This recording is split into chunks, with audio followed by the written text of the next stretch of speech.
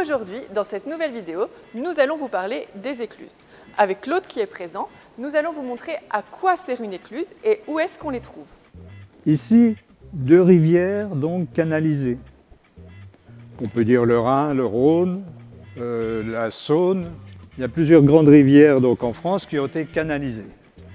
Mais on voudrait rejoindre le Rhin et le Rhône, par exemple, par ici. Vous voyez que les deux rivières déjà ne sont pas au même niveau et qu'ici nous avons des collines à passer.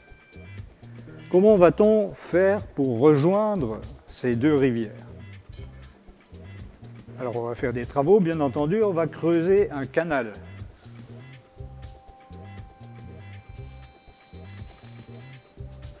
Voilà. Est-ce que vous pensez que cette solution est valable? Ici, on va monter, on va descendre. L'eau qui est ici va forcément descendre dans la rivière la plus basse. Et est-ce que la péniche va être capable de monter une côte et de redescendre? Alors, on va essayer une autre solution. On va mettre en place non plus une rivière qui monte et qui descend, mais on va mettre en place donc des paliers au travers d'écluses ici pour faire comme un escalier, monter et descendre. C'est là qu'on trouve le rôle des écluses, donc on va découvrir plus tard et vous expliquer comment ça fonctionne exactement. Maintenant que nous avons vu à quoi servait une écluse, nous allons voir comment elle fonctionne. Ici vous voyez que la partie là est plus haute que celle-ci, donc c'est le rôle de l'écluse, c'est de monter et de descendre avec le bateau.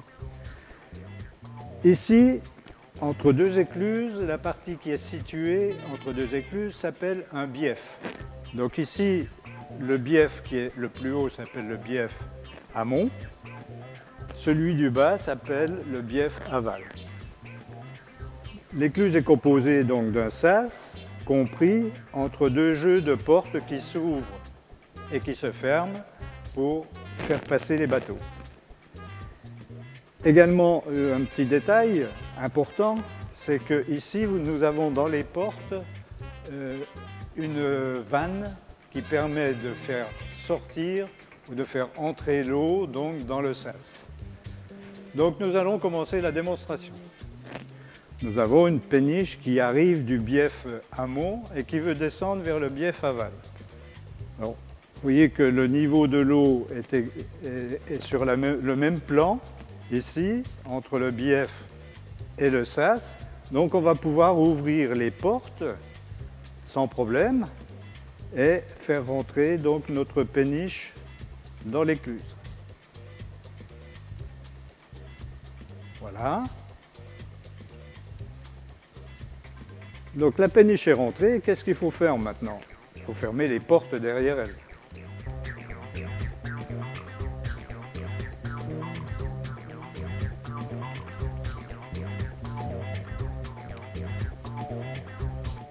Et puis fermer la vanne, sinon on va vider le bief amont dans le bief aval. Donc ici, on va fermer la vanne qui se trouve dans la porte.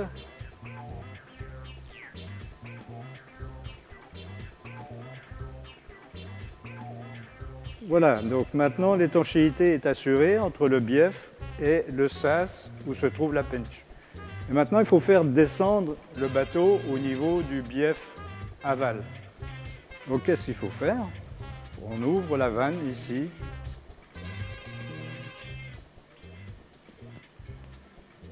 Vous allez pouvoir constater que le bateau descend tout seul.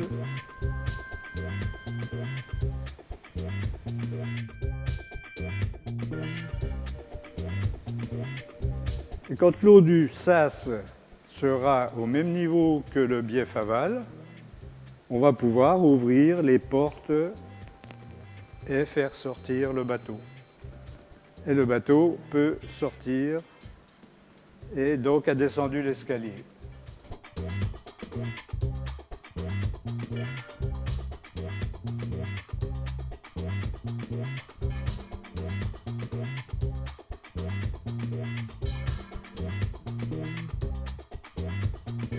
On peut dire que dans les Vosges, nous avons un canal qui traverse les Vosges.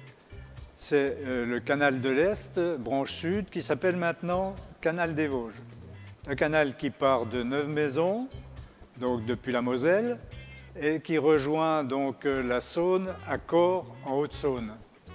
Il fait 122 km et nous avons 93 écluses sur le parcours.